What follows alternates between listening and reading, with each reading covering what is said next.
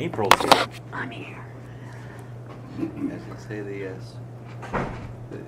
if nothing else, we had a really good test of our systems this last Yeah. You're ready with your presentation, right? Sweet. Yeah. I always talk about something. What happens when you're a lawyer? You can always talk.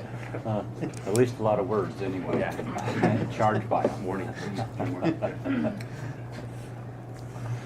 Okay, well, welcome everybody. Seems like it's been forever since we've had a meeting, so it's good to be back with everyone. Let's go ahead and do the introductions again. Chris, you want to start? Chris Tschirki, Public Works Director. Go ahead. Welcome back. Todd Hadley, just committee member. Robert Moore, committee member. Grateful to be here. I'm also general counsel for Century Tall Water Service District. Brent, Tobler, committee member. Jim Michaelis, committee member. Gary Morley, committee member. Mike Whimpey, committee member. There you go, Mike. There we go. Cody Steggell, GIS manager. April Nelson, administrative assistant. Adam Bay, assistant public works director. Thayne Carter, fleet manager. Bill Peterson, streets manager. Steve Price, assistant public works director. Steve Johnson, senior GIS analyst. Jeff Buxton, GIS analyst. Ryan Johnson, water commission. Okay, great. Do I have a motion to approve the minutes from our last meeting? Yeah, motion to approve the minutes. Okay, do we have a second? Second. All in favor? Aye. Aye. Okay. All right, I guess, Chris, maybe we'll turn it over to you to turn it over to Cody. Yeah, so I have Cody Steggell here and members of his GIS division. Cody is it's very interesting. He's the first employee in the city to have the title GIS division manager. We created what's called the GIS division. How long ago has it been now? 6 months? Yeah. About 6 months ago. And what GIS stands for is Geographic Information System.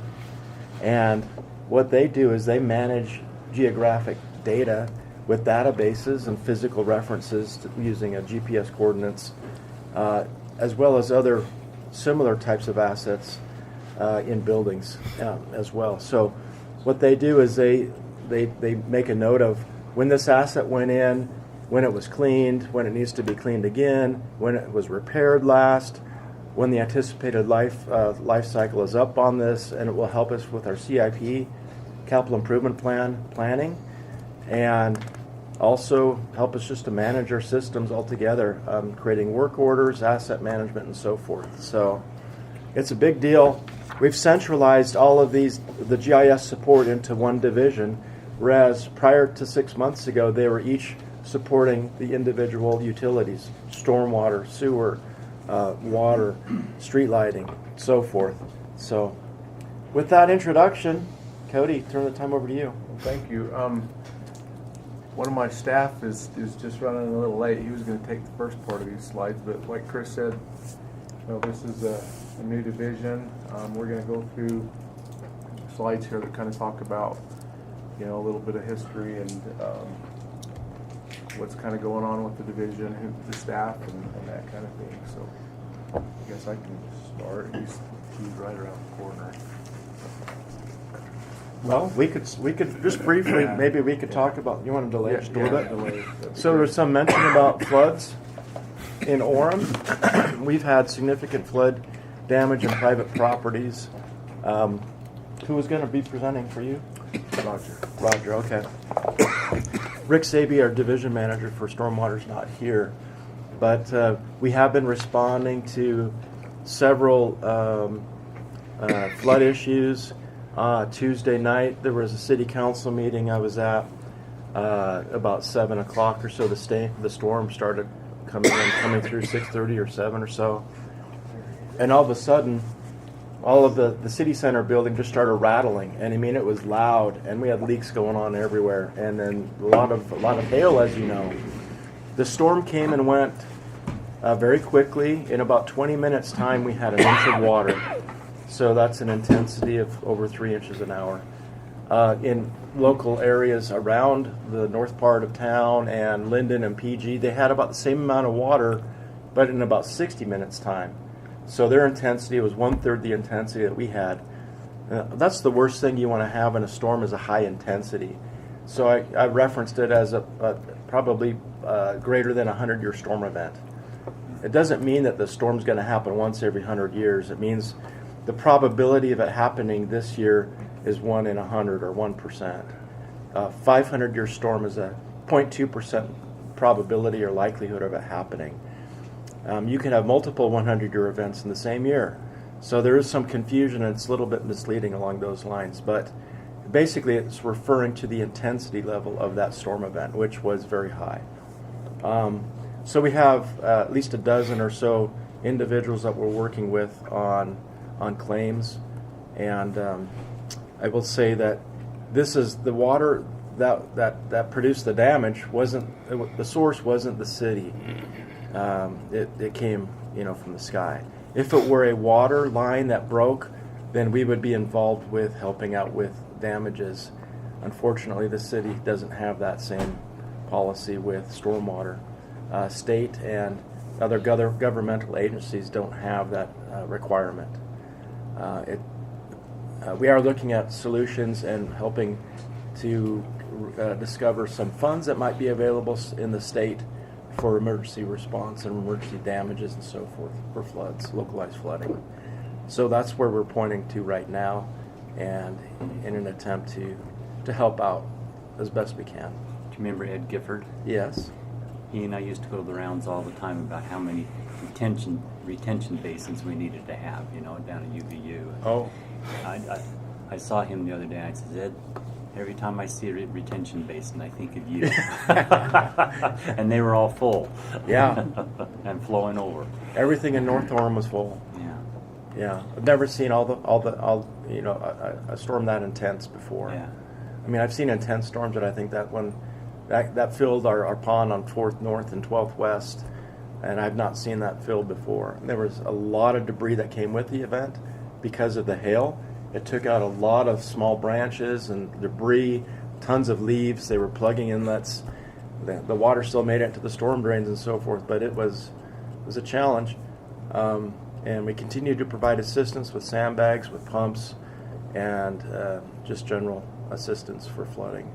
So, From my view, it actually, I'd say on the positive side, it showed me that, hey, the city did in general pretty well. I mean, there was a river in front of my house, but 2 hours after the storm, and especially like the next day, you couldn't tell that there was an issue. So to me, it showed us some of our flaws, but it also showed, hey, in comparison to '83, which is one of the last really, really big flood that I remember in that area, we did extremely well.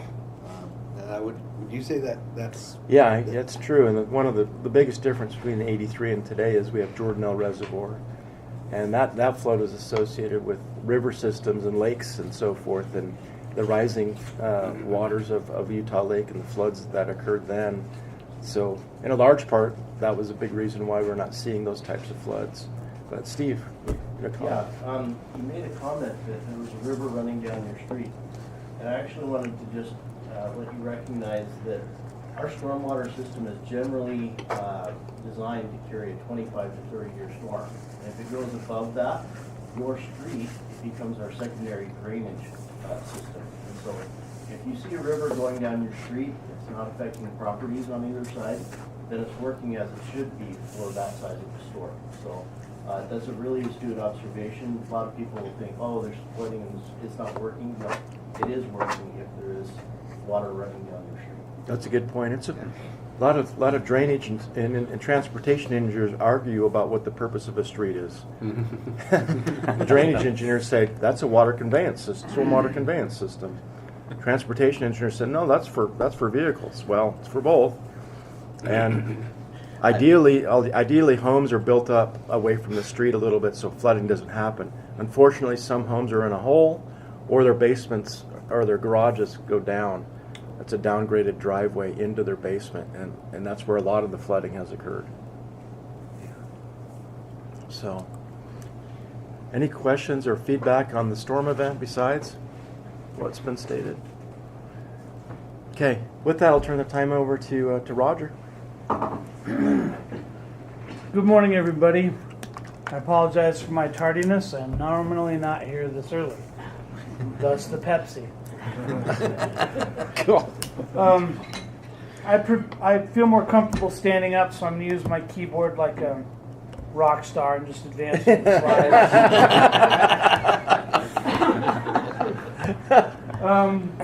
We established a GIS division. I say we, I mean everybody else, and then they invited me. And I'm going to tell you about talk to you about what GIS stands for, what it is, and what this new division accomplishes as a whole. So, ESRI, or Environmental Science Research Institute, ESRI is a primary vendor of GIS software. They're based out of California. They're headed by a great man named Jack Dangerman. It's a private company, and they provide a lot of resources about GIS and learning about GIS. I and other GIS professionals throughout the Valley participate every year in a GIS day in November, which teaches kids that are in grades like 4 through 6 and sometimes middle school, and all this at Utah Valley University, where we give demonstrations and have live mapping. So we believe that mapping can be done at any age, and GIS makes it a professional career. I started my first mapping as a teenager with Dungeons and Dragons. Now, there's this video here about what is GIS is an 8-minute video. Maybe I'll come back to that, but if you want to do your homework on your own, it's just gis.com, and there's a great web page there that shows, well, it's very Hollywood-esque how grand and great they make GIS look. That's not the day-to-day of our lives, but it does have to do with the science that we interact with every day. So in the beginning here at Orem, the way that GIS, or Geographical Information Systems, was organized is that every department that needed one had like a GIS person. That there was varying levels of expertise through such departments as I have here. And I've shaped them this way to represent like a silo, right? These are people that generally wouldn't work together on much. And when I was, one department that's not listed here is the department I was in, which was IT, information technology. I have a computer science background, and when I was first hired, I wrote GIS applications for the city. So I started to find the GIS people that were in the city, and we started to try to get together more, like by having like a monthly GIS training meeting. But it was all informal. It wasn't required that you be there. And honestly, as soon as I stopped buying donuts, the attendance went way down. So here's some of the disadvantages of having GIS experts in their different departments. Separate budgets. Different departments were buying different GIS software and extensions, and no one was really, doing anything together. Limited communication. Without the monthly GIS meeting, you wouldn't really know who the GIS person was in development services or streets or something. There wasn't any cross-training. Everybody was just kind of going at their own pace, learning what they needed to. There was no standards, so maps looked like some interesting art that maybe came out of the Cubist period. There were very few group projects. No one really collaborated much on getting something up together. So those are some of the disadvantages. So by centralizing GIS, now what we have are representatives of each of those departments and specialties in one division. And we communicate all the time and collaborate all the time. We meet twice a week, and a lot of times those meetings go overtime because there's so much that we want to share and demo. And we're all very aware now of what each other's doing with geographical information systems. We train each other, help each other, demo, and it's been a great process. So now we have a combined budget. All GIS software, is going to be paid for with one account. Excessive communication. We talk all the time. We pop into each other's offices. Hey, can I ask you a question? This is what I'm doing. We cross-train in these meetings of ours. We are in the process of designing and implementing more standards so that our maps look more informative and beautiful than some Van Gogh art. There's group projects where a couple of us will work together towards some end, and just lots of collaboration with peer reviews and demonstrations. So it's been a really great thing that Orem put together.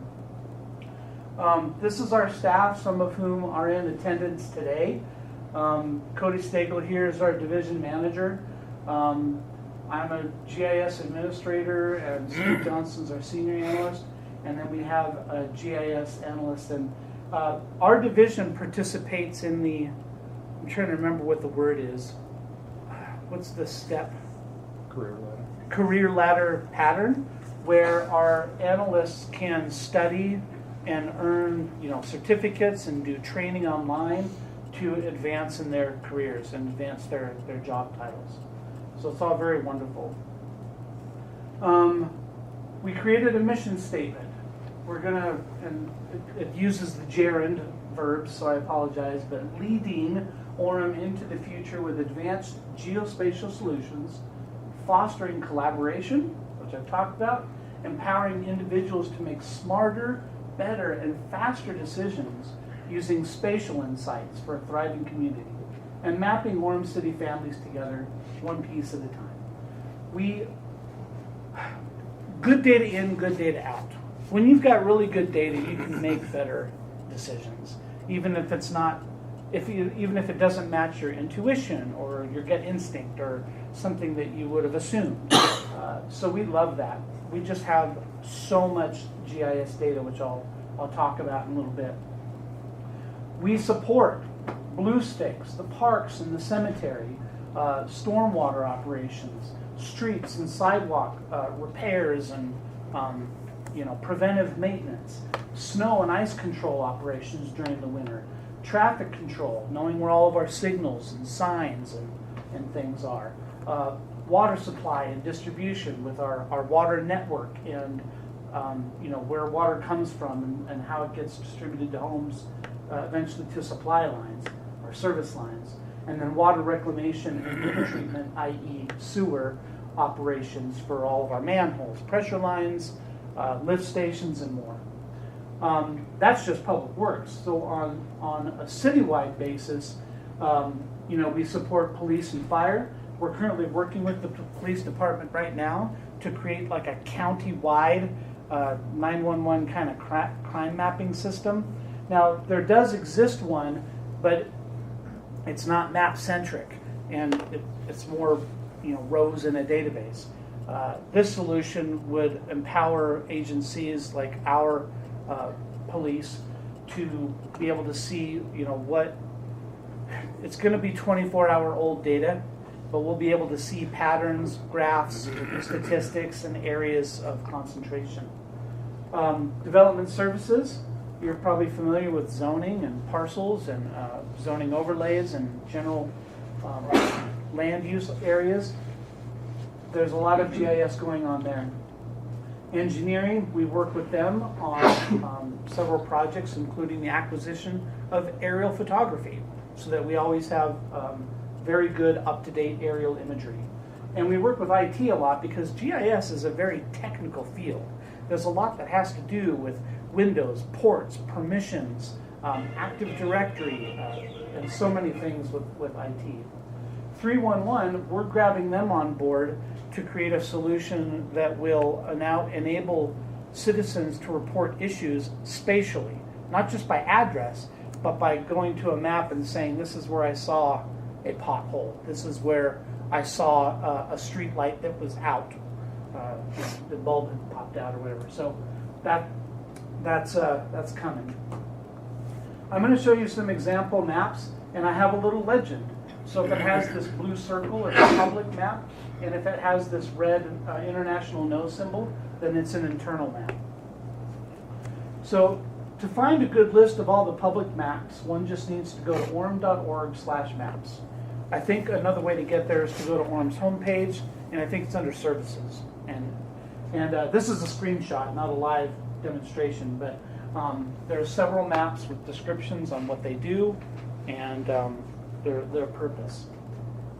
The Where I Live map, incidentally, I created, I think it's on its 3rd or 4th version now, but I created it a long time ago to give people information about where they live.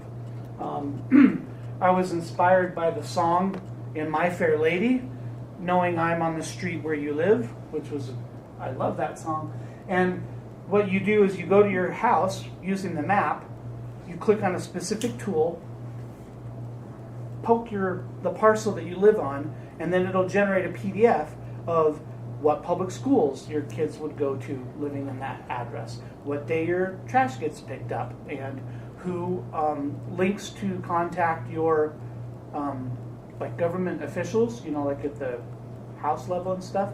And then what surprises most people is that it goes on for a couple pages with a listing of 911 call types and numbers for the past 3 years. There's big red text at the bottom to tell you that's not for your house.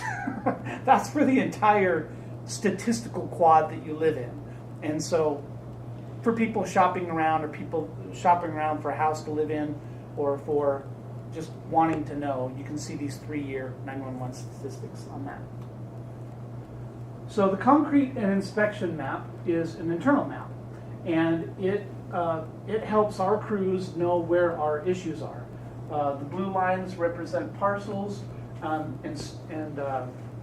so some of the tools that you'll have is over here they can pop out a legend to see what each of the symbols means, and then there's various tools for crews to use to mark different, you know, events that are happening that need to be addressed. These could be trip hazards and more. This is a clickable a link to go to that site. Maybe what I'll do is open that so that you get more of an idea of what can be done with a live map.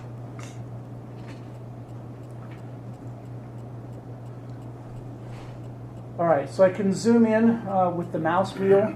If I'm using this map on a phone, I can just pinch out to zoom in, and you know, I can come into one of these symbols. I can click on it. I just missed it. Okay, let me go through and get a little closer. I just went the circle. Oh yeah, there it is. 1, 2. Okay, sidewalk repair. That's the one I wanted. So this little pop-up shows me all the results that were within a certain number of pixels from my click, and I can go through and see some of the attributes of those, plus some hyperlinks. So that's a sidewalk repair. It doesn't have an inspection date yet or a status yet. And with these links, I can load the task in our asset management system or update the sidewalk inspection. I'm not going to do any of that because that's an actual feature right there. Many of you are familiar with databases, but I'll expound a little bit if you're unfamiliar with it. A database table has columns and rows, much like an Excel spreadsheet does. And the columns we call either attributes or fields, and the rows we call rows or features. So every one of these little dots, every polygon, every line is coming from a database. And that database has attributes about it. And they all have the same attributes with different values. Just like each of us in this room have a different birth date and different last name, we all at least have a birth date and a last name. Similarly with features on a map, everything in the same layer has the same attributes, but not the same attribute values. So something could be high priority, another low priority, different dates and things like that. So that's the street sidewalk map. Now I'll flip back over to the presentation and strum my guitar. The traffic sign inspections map is an app that is used on a phone, and it uses an underlying technology called quick capture. Our employees can go throughout the city and start doing inspections and start capturing signs that aren't already on our map. When I say capture, I don't mean that they're grabbing them and throwing them in their truck. What I mean is that they're putting them on a map, giving them attribute information and a little symbol, and now we have that much more information.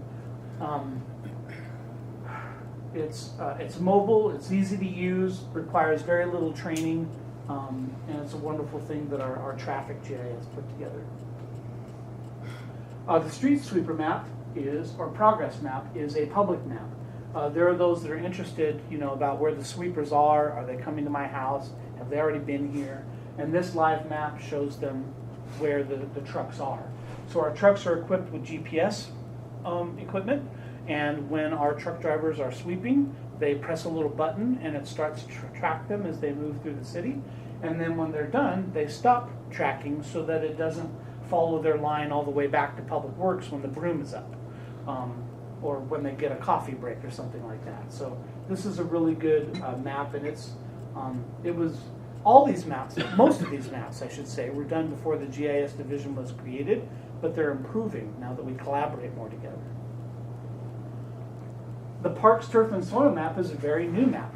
Parks came to us and said, we need help instructing some of our newer employees to know how much fertilizer to lay down on these large grass areas. Can you help us? We talked about formulas, we talked about math, we talked about examples. And so this map helps the parks crew know how much fertilizer to load in their various, there's 3 types of equipment. There's I'm trying to remember what they were. Hand spreader, Yeah. chariot, and tractor. That's right. Hand spreader, chariot, and tractor are the different tools that they have to spread fertilizer, and this helps them now know what equipment to use and how much to load in there. And this is Nielsen's Grove that we're looking at, by the way. The cemetery map, it's an old joke of mine. The cemetery map was our first live map. It had live data that was up to date, when an interment was recorded, it would immediately be visible in the map. When plots were purchased, they would be immediately visible. Now there's at most a 3-hour delay between that synchronization, but it's very up to date. You click on one of these plots. If available ones are green, because green's is usually like an okay color. It means okay. Whereas other colors symbolize like if it's owned, but no one's interred there, or yes, someone is interred there. We're going to be expanding what we do with the cemetery GIS and represent interments by dots, so that in the cases where there are more than one interment per lot, such as in the veterans section, you'll be able to see both their names rather than just the one that was interred first. Sewer cleaning progress. This was sent to me just yesterday. This is a PDF. It's not really an available map, but all of our sewer lines are cleaned on a pretty regular basis, but when they're not, this map helps us know if we haven't been there in a while. Now, some lines are private and things like that, but as the crews go through with the jet trucks, those really large orange vehicles that move throughout the city and they shoot water up the lines and clean them, that's all marked in an asset management system, and our GIS can tell, what's been cleaned and how long ago.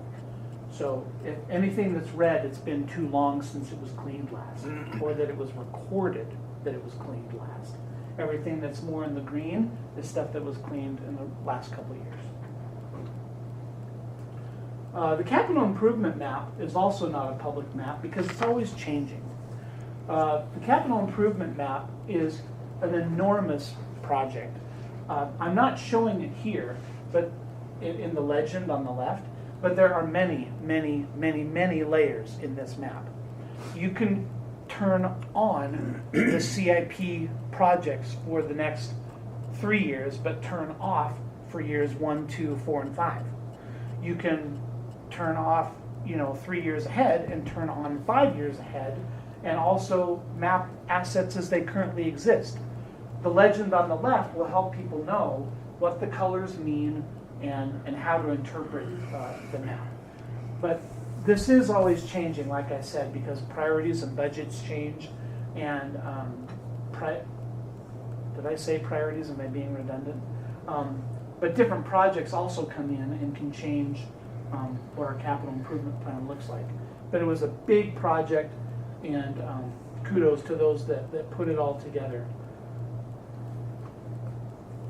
So I pulled some statistics using Python, a programming language I know, and I found that there is the GIS in Orem has 150 users. These are employees, not citizens that were working there. 400 layers, 100 tables, which means they're not spatially mappable, 7,000 fields, more than 80 online maps, more than 70 online map apps, dozens of Python scripts, and I have no idea how many desktop maps we have because my code can't reach into everybody's computer and find out how many.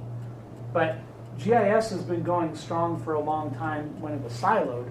It's stronger now that we're together. So I'm going to turn the time over to Cody to talk about asset management. But before I do, are there any questions for me about what I've presented thus far? Okay, Cody. Thanks, Roger.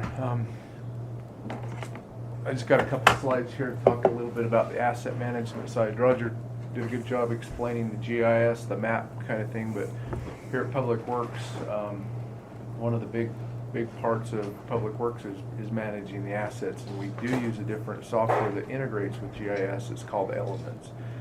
So,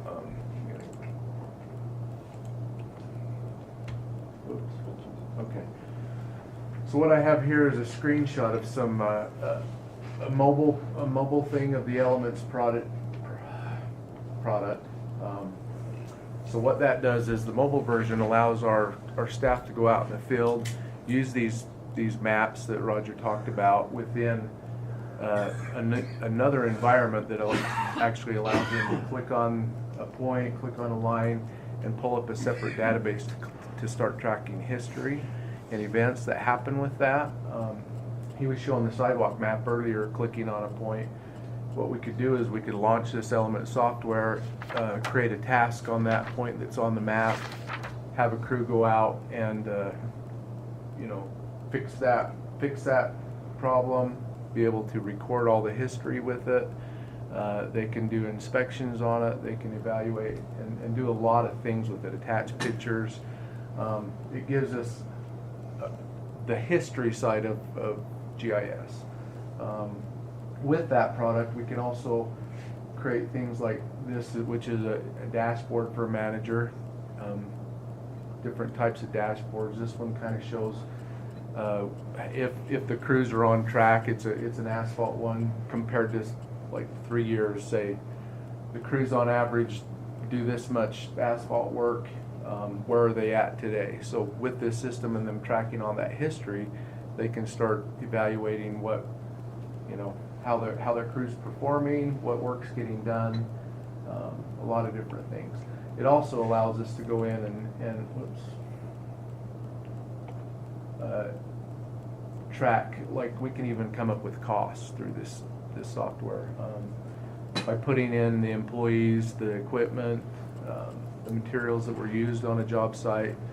This software, if we've had the values in there for what materials cost and that kind of thing, it can start creating basically like an invoice and give you kind of an estimate of what that job actually costs the city.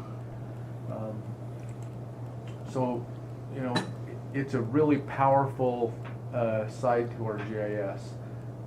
Again, it allows us to do service requests, work orders, what I talked about. You can use a map interface, track points. Say you're looking at a street light and the light bulb's out. You can click on that street light, now record history within the Elements software that says, I replaced a light bulb in this pole. That light bulb may have a cost associated with it, which then can be tracked in there. It lets us do a lot of analytics, reporting dashboards that I said earlier on that other slide. Just all kinds of things that maybe a manager wants to see, and to see the progress of how assets are, their life cycles, that kind of thing. It allows us to do a lot of routine stuff. So within that software, when a task is created, you can do automated things within the software to where if someone finishes that task and it's a routine like task that happens monthly or weekly or yearly or whatever, we can set up recurrences that will generate another task for them to do within that time period that's selected. It helps us do some asset scoring. Each of our assets have a life cycle, right? So we want to track how they're performing, give them an inspection score. We, for example, the sidewalk inspections, I know that the streets group goes out and has inspected sidewalks throughout the city and keeps them current within 5 years.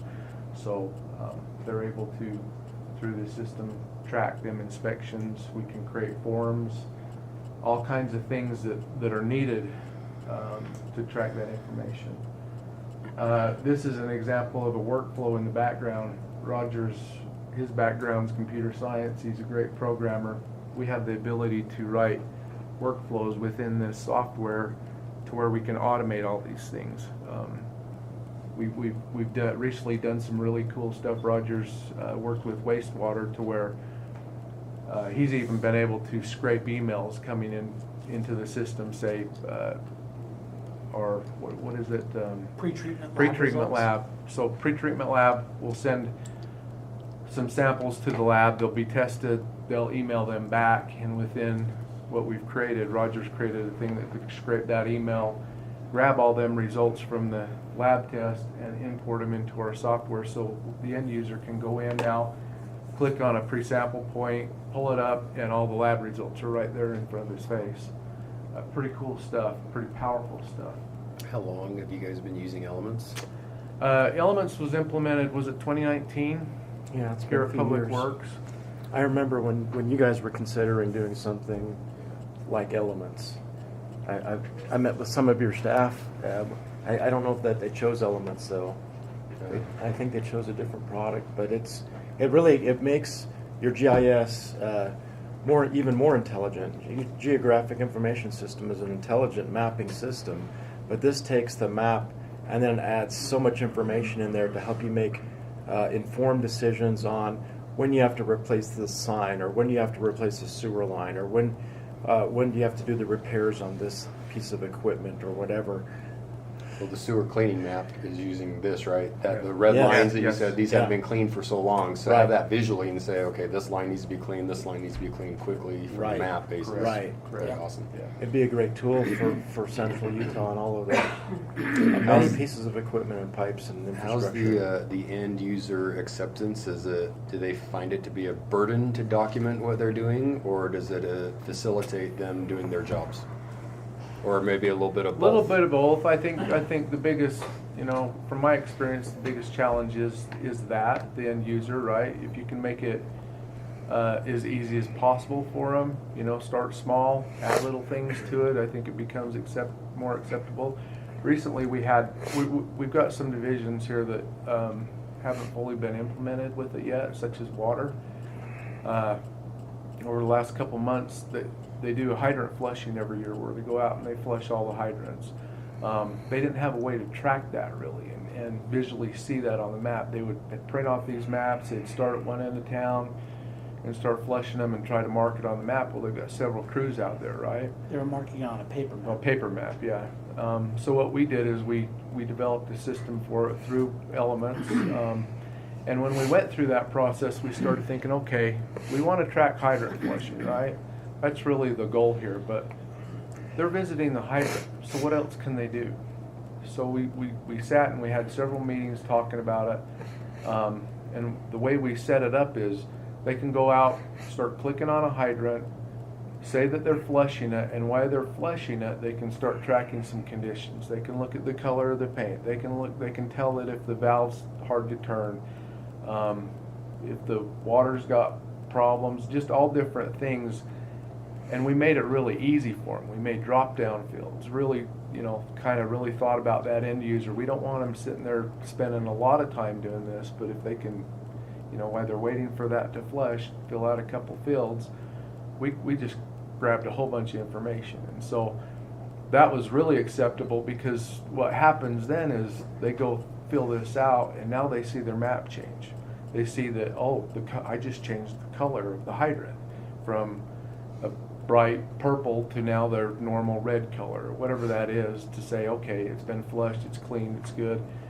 That's where I find a lot of the acceptance, is because they like to see their projects complete, right? But what also happened is, when they put in that the color of paint was bad, that the valve was hard to turn, Elements generated new tasks.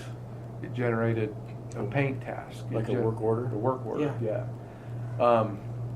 That doesn't necessarily bother them right now, but on a different map or within the system, now we're creating all these tasks for painting. So we just went through the whole city. We've got a whole bunch of paint tasks to go paint hydrants.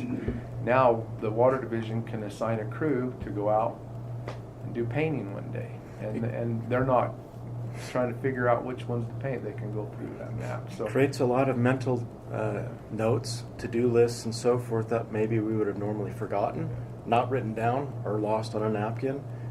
Yeah, it's creating this in an automated way. And then once we have this list of work orders, we can prioritize them and then target the things that are most important first. But back to what you said, that acceptance is you really got to think through how you build it. You got to make it simple. You got to as simple as you can. But yeah, that's challenging. Some people don't want to do it. So they're not all the field guys are technology savvy. Some are really great at it, And so with that, we do offer a lot of training too. Our group is set up to contact at a minimum each division once a month. At a minimum, once a year training with their staff, and then whatever else that they want. So that's kind of what we've set up right now.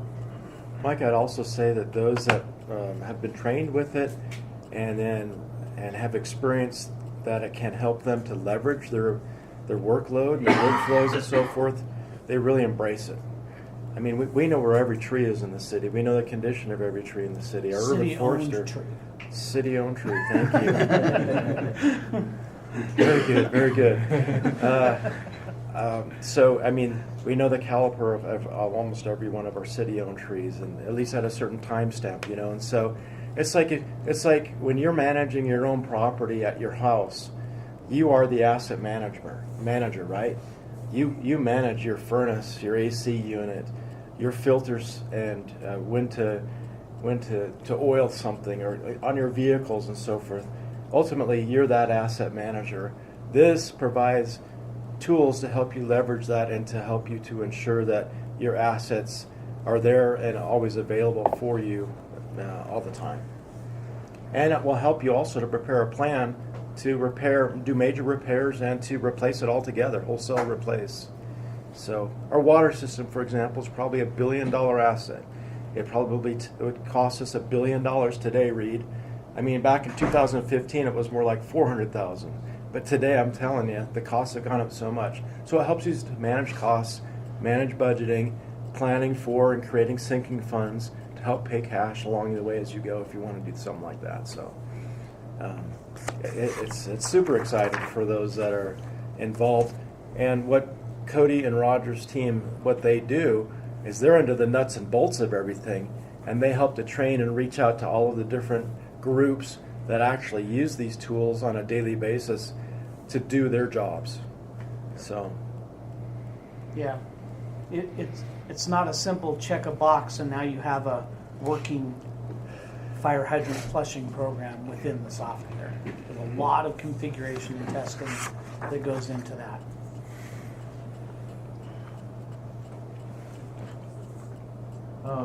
some of the things that are on our plate that are coming up.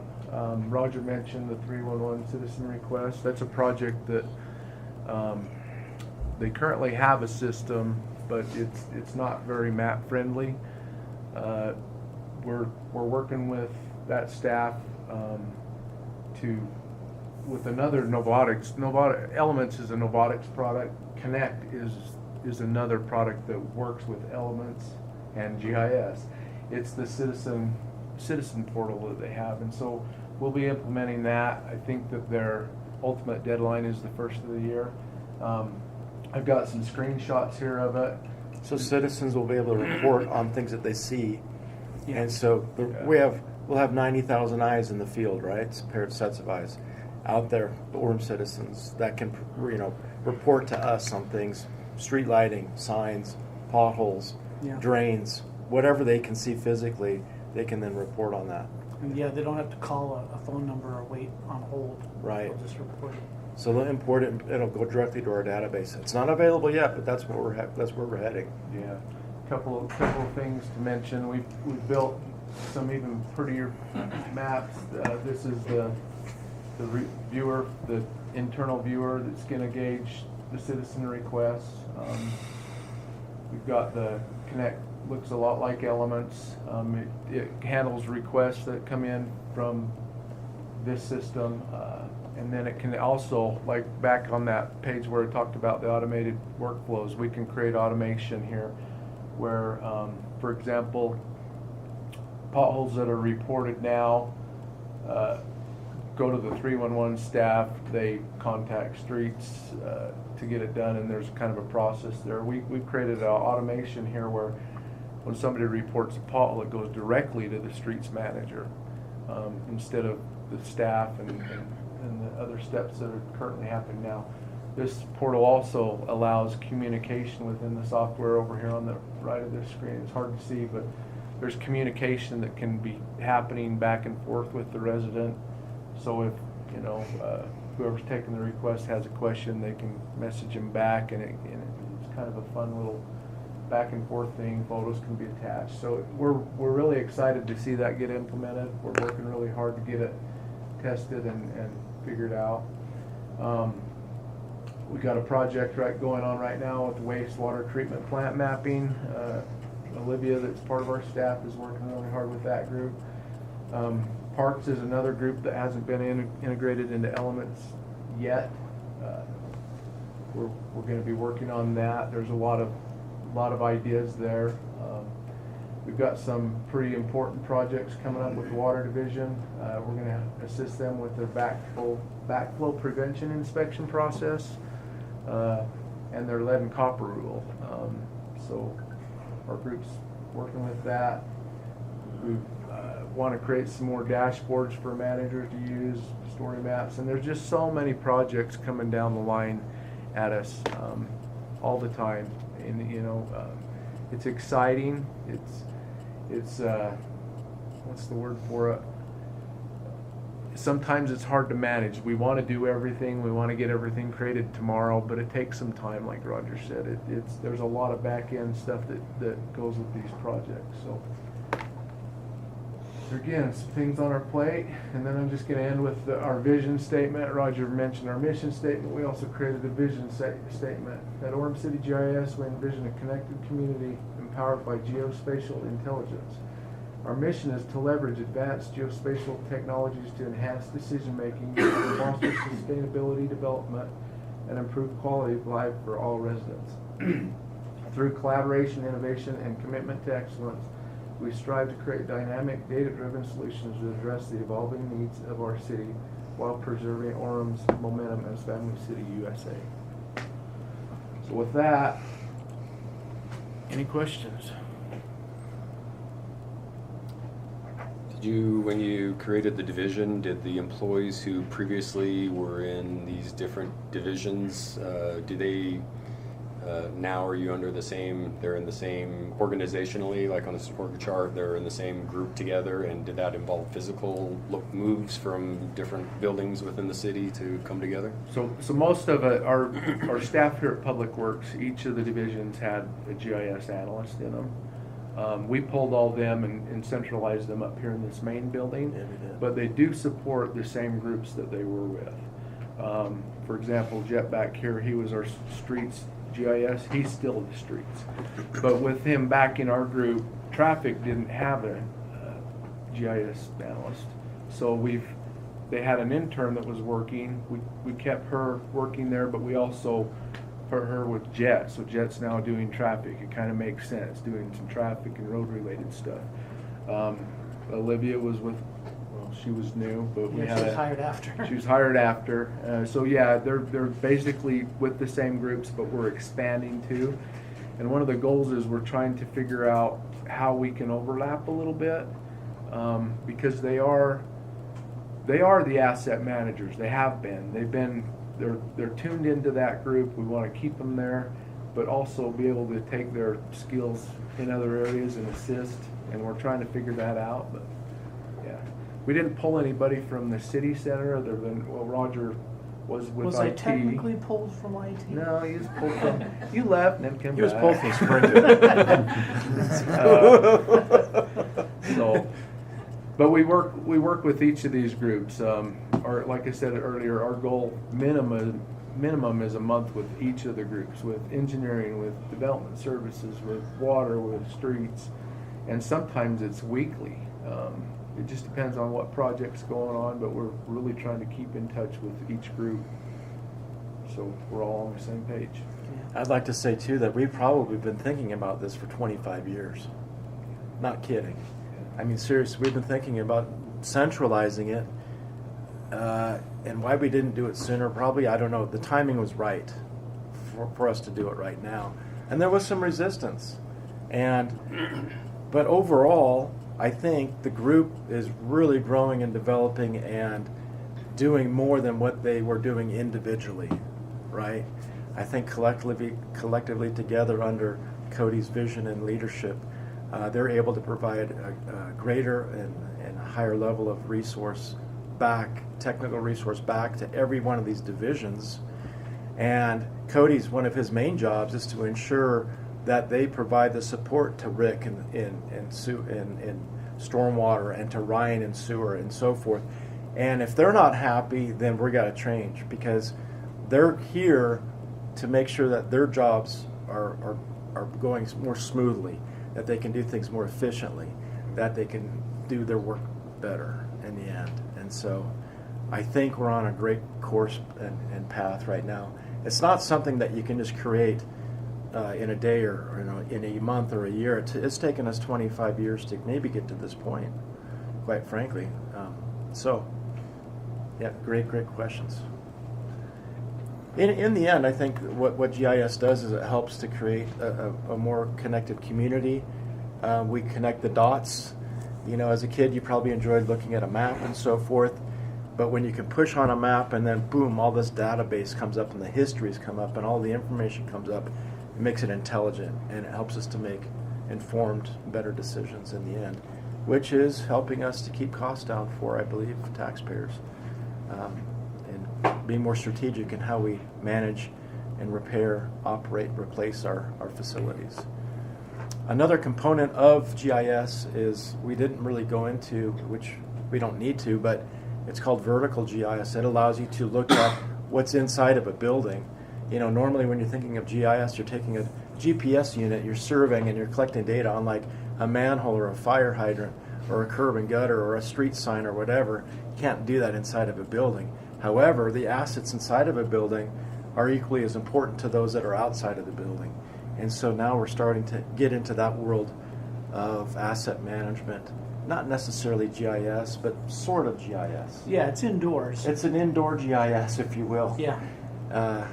And we've contemplated this for many years at the wastewater treatment plant. So we're getting into that direction. Jim, this would have been a great resource for you as an asset manager at UVU. You probably had some form of this, I would assume. Yeah, it was all mental, I think.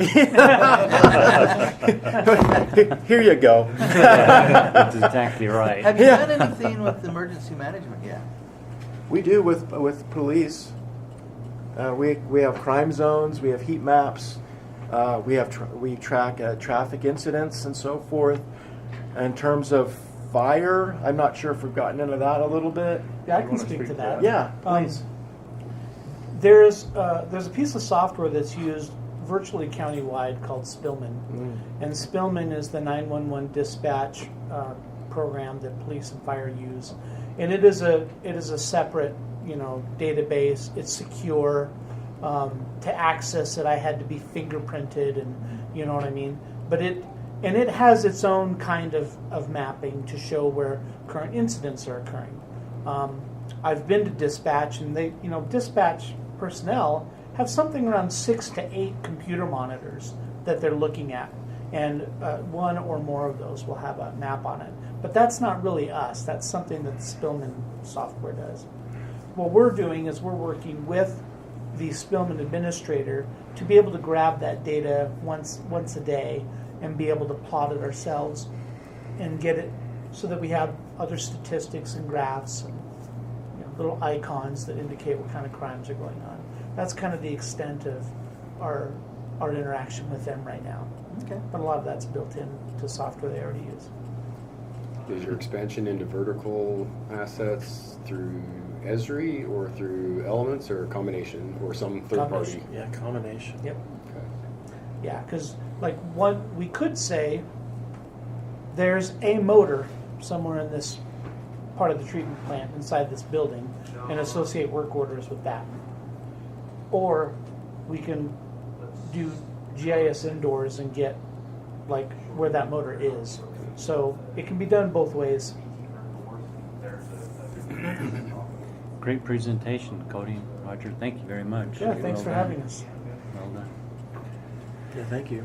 Chris, any Yeah. other business? or- Well, thank you again to Cody and his division. So upcoming topics, we have a couple of opportunities here for a tour to go on site to look at different facilities, or what's also going to be coming up is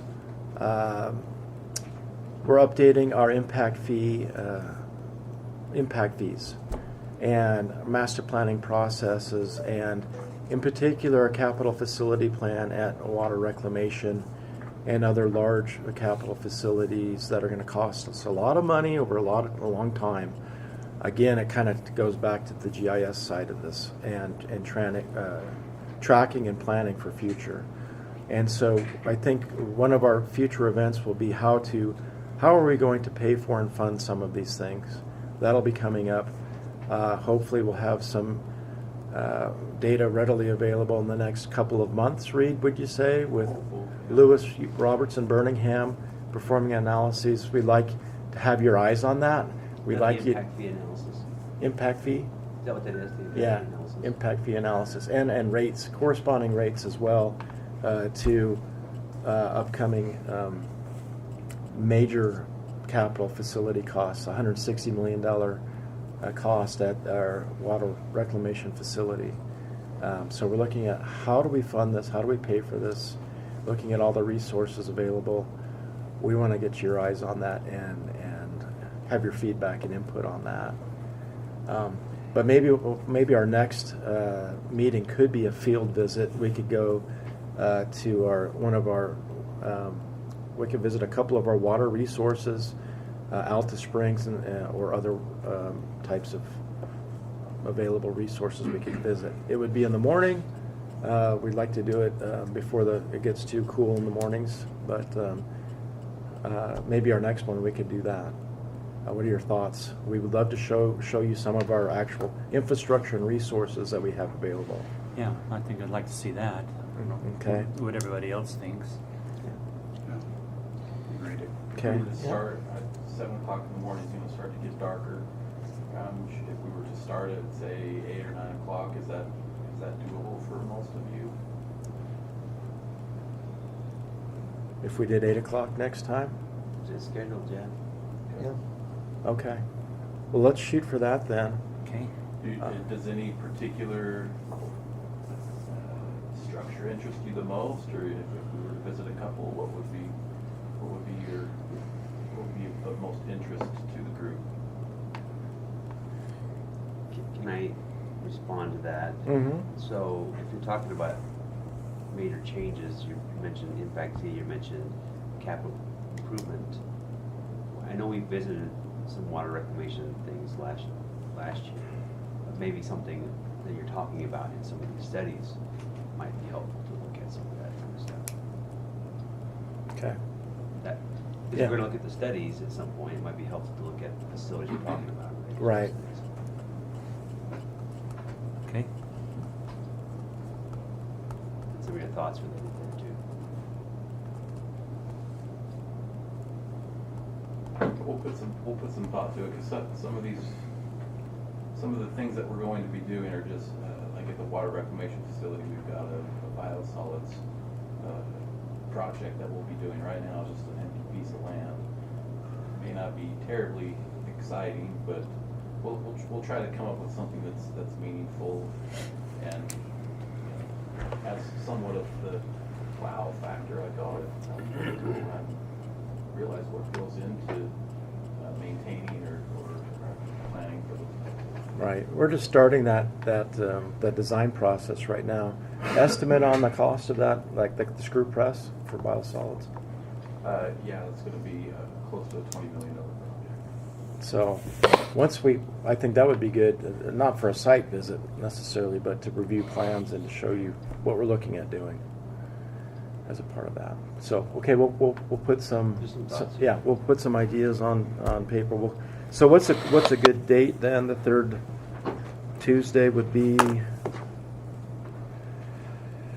if we go with the third Tuesday, that is, let's see.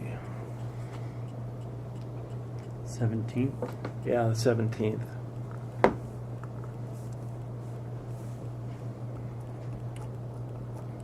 have a conflict that morning, that day. Do you? How about the 24th? You might as well. You might have the same. Or the 10th? Since we have a conflict.